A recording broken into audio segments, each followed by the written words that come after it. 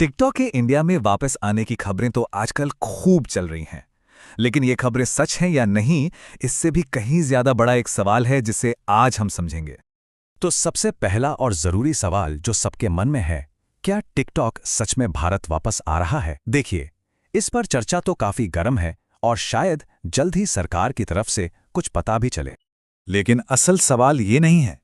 असली सवाल तो ये है कि आखिर टिकटॉक को इंडिया की इतनी ज्यादा जरूरत क्यों है?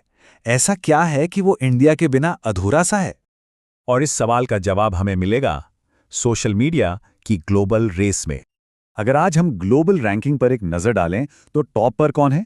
फेसबुक, 3 बिलियन से भी ज्यादा यूजर्स के साथ। और उसके ठीक पीछे हैं यूट्यूब, इंस्टाग्राम और व्हाट्सएप, जिनके पास भी 2 से 2.5 बिलियन यूजर्स हैं। और इस पूरी लिस्ट में टिकटॉक आता है, करीब 1.6 बिलियन यूजर्स के साथ। अब ये नंबर अपने आप में तो बहुत बड़ा है, लेकिन जब हम इसे दूसरों से कंपेयर करते हैं तो तस्वीर बिल्कुल साफ हो जाती है। इतनी बड़ी फैन फॉलोइंग के बावजूद टिकटॉक इस रेस में 5वें नंबर पर आकर अटक गया है। तो सवाल यह है कि टिकटॉक इस रैंकिंग को कैसे बदल सकता है? इसका जवाब सिर्फ एक ही बाजार में छिपा है, और वो है भारत। देखिए, जब बात भारत की आती है तो यहाँ का स्केल ही कुछ और है। आज की तारीख में यहाँ 490 मिलियन से भी ज्यादा एक्टिव सोशल मीडिया यूजर्स हैं। और सबसे कमाल की बात क्या है?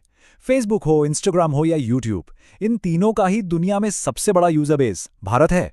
मतलब हर टॉप कंपनी की ग्रोथ भारत से ही जुड़ी हुई है। और तो और, भारत की कुल आबादी 1.4 बिलियन से भी ज्यादा है। यानी अभी भी ग्रोथ का स्कोप बहुत बहुत बड़ा है। साफ है, भारत के बिना कोई भी सोशल मीडिया कंपनी टॉप पर टिक ही नहीं सकती। तो ये सारे आंकड़े मिलकर हमें एक ही कहानी बता रहे हैं कि भारत ही वो टिकट है जो टिकटॉक को सीधे टॉप 3 के क्लब में एंट्री दिला सकता है। इसे दूसरे शब्दों में कहें तो टिकटॉक की ग्रोथ का जो इंजन है वो असल में इंडिया ही है। अब ये ग्रोथ इंजन का मतलब क्या हुआ?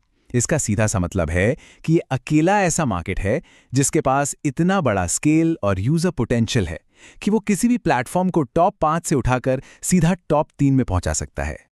सीधी सी बात है, जब तक टिकटॉक भारत में वापस नहीं आता तब तक उसका दुनिया के टॉप 3 सोशल मीडिया ऐप्स में शामिल होना लगभग नामुमकिन है।